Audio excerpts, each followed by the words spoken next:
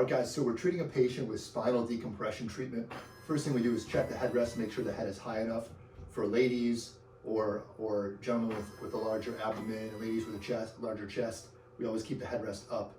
Sometimes if they have low back pain while they're laying here, we put a bolster under the ASIS to lift the hips up off the table. And then we got the ankles strapped in. And then when you go to set somebody up, you strap the ankles and then you pull the footrest out to create pre-adjusted tension prior to starting the decompression treatment. And then from there, we'll move into treatment. We'll move the hot pack around to keep the areas warm that we're going to work on next. So start with a little bit of massage. And I always just kind of feel the area first to give the patient a sense of where that vibration is going to be. I'm going to use some vibration massage with you right now, okay? All right, so I give them a heads up, let them know what we're going to do. The vibration can be a little surprising for people if you don't tell them. And then we just go basically up and down the spine. The decompression's pulling them, or we're kind of working alongside the decompression. So I'll go up and down a few times. And then I'll turn it sideways and I'll focus on the erector spinae, and then I'll go out through the rhomboids and the middle trap.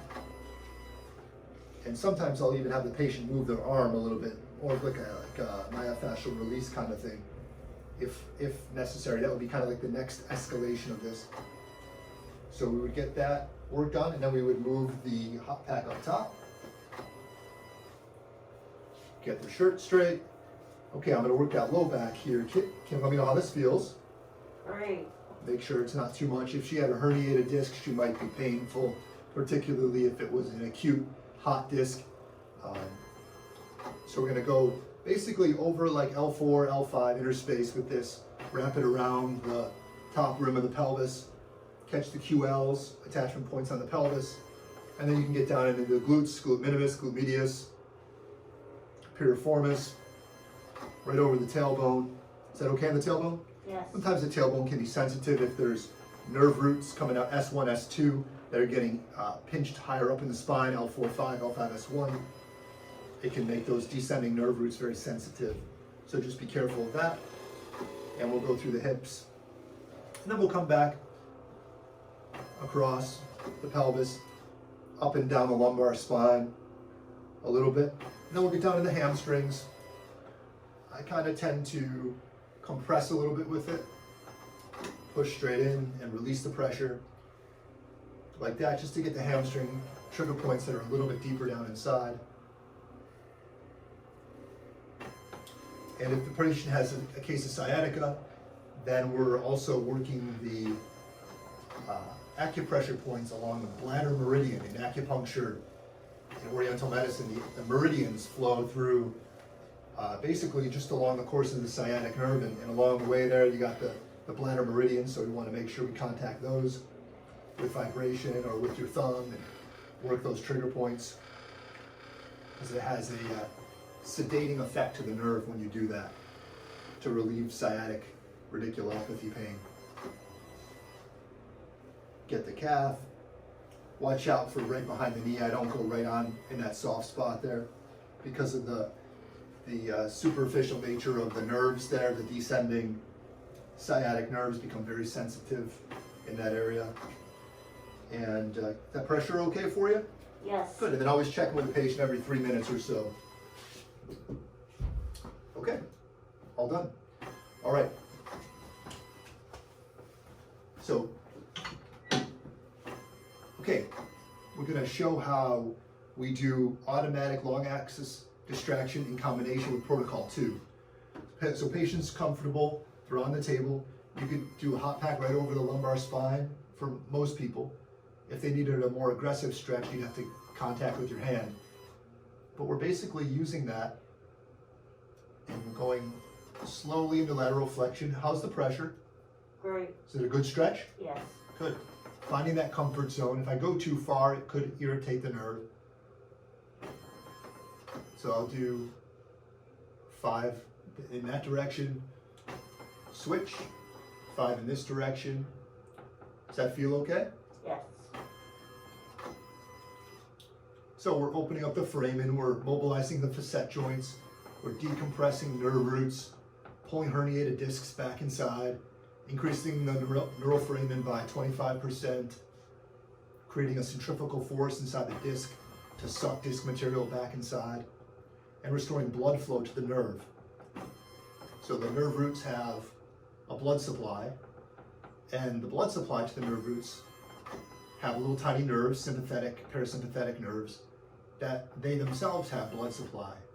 And what the research is showing, that we're actually restoring blood to the nerve that controls the blood vessels to the nerve root. So it's, 4 levels deep of impact when you're doing that.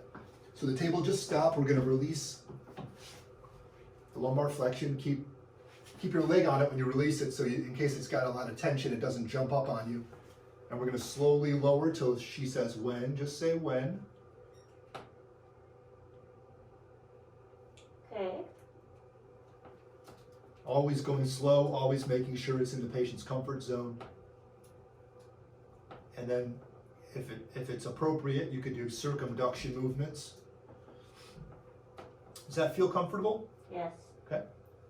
Every 30 to 60 seconds, I check in with the patient, or if I do something new, trying a different movement, I always check in with them at first, making sure it's well tolerated.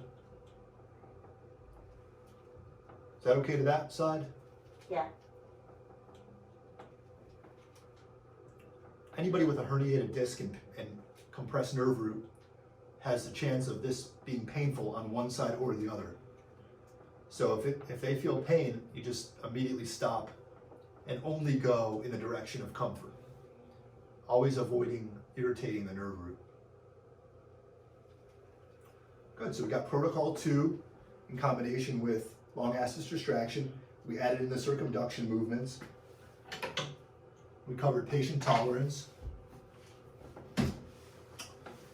And from there, we move into leg checks. So we look for AS, PI. She got a PI on the right.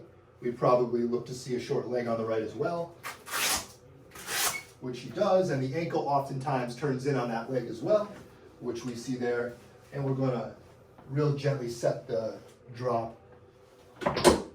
Test it out here. Is that okay on you? That Yeah. vibration's not painful at all? No. Okay, sometimes that vibration will irritate an acute disc. And we just get right on that